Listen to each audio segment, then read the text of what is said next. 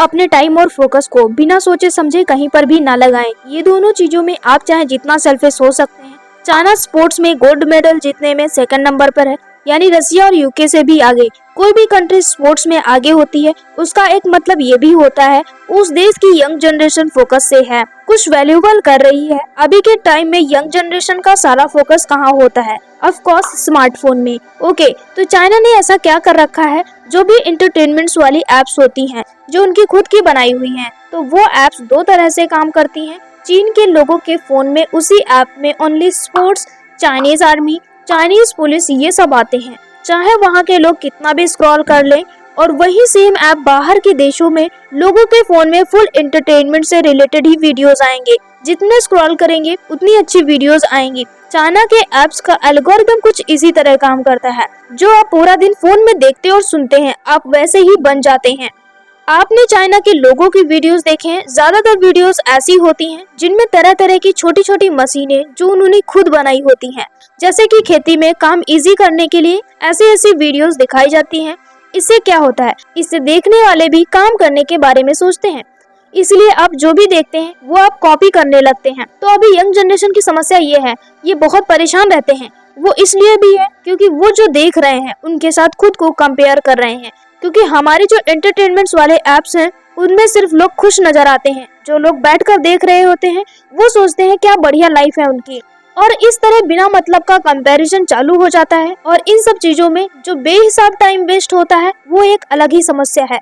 आप जो भी सुनते हैं, आप जो भी देखते हैं, वो आपके सबकॉन्शियस माइंड में सेव हो जाता है, जबकि जो आपके माइंड में सेव होता है वही आपका कैरेक्टर बनता है। हम जैसा देखते हैं, जिनको फॉलो करते हैं, वैसे हम बन जाते हैं। जो हमने बचपन में ही करना शुरू कर दिया था, जो हमने भाषा सुनी सेम वैसे ही बोलना शुरू कर दिया, जो हमने आंखों से देखा वैसा ही करना शुरू कर दिया। तो देखकर और सुनकर जो फॉलो करने वाली हमारी जो पुरानी आदत है, इसलिए बिना सोचे समझे देखने और सुनने ना बैठ जाएं, क्योंकि जो आप फोन में देखते हैं आपका फोकस उसी पर होता है।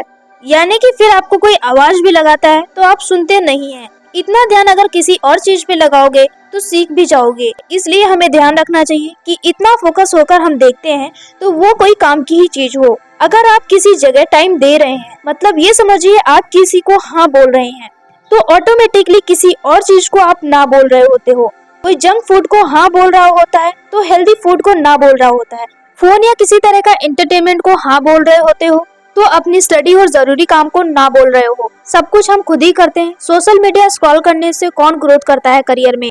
ये तो वही बात हो गई। रूम की लाइट रात में बंद कर दी और फिर कहते हैं कि अरे अंधेरा कैसे हो गया। सब कुछ हम खुद ही करते हैं। आपने कल पूरा दिन क्या किया था और आज आप पूरा दिन क्या करोगे? यानी कि आप अपना पूरा टाइम कहाँ दे रहे हैं?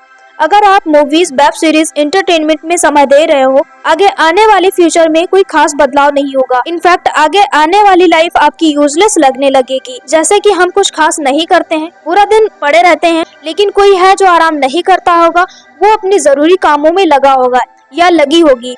जो अपने टाइम और फोकस को अपने हिसाब से चलाते हैं उन्हीं को रिजल्ट मिलता है। बिना कुछ किए क्या कोई चमत्कार हो सकता है? नहीं हो सकता। आपने पास्ट में जो फोकस और टाइम जहाँ दिया था उसका रिजल्ट प्रेजेंट टाइम है। अगर आप अपनी लाइफ में बहुत ही अच्छी और बुरी हालत में हैं, अगर आपको लगे नहीं जहाँ पर भी हूँ उसमें मेरी कोई गलती नहीं है, तो फिर ठीक है, अब आगे से ऐसा चॉइस लीजिए जो आने वाली फ्यूचर लाइफ आपके हिसाब से हो। अभी अगर आपका कोई गोल है तो आप उस पर पूरा फोकस कीजिए। कोई लोग बुरा मान रहे हैं तो मानने दीजिए, क्योंकि मजाक नहीं चल रहा है यहाँ पे, आपकी जिंदगी का सवाल है। तो इस वीडियो में बस इतना ही। अब मिलते हैं नेक्स्ट वीडियो में। Thanks for watching.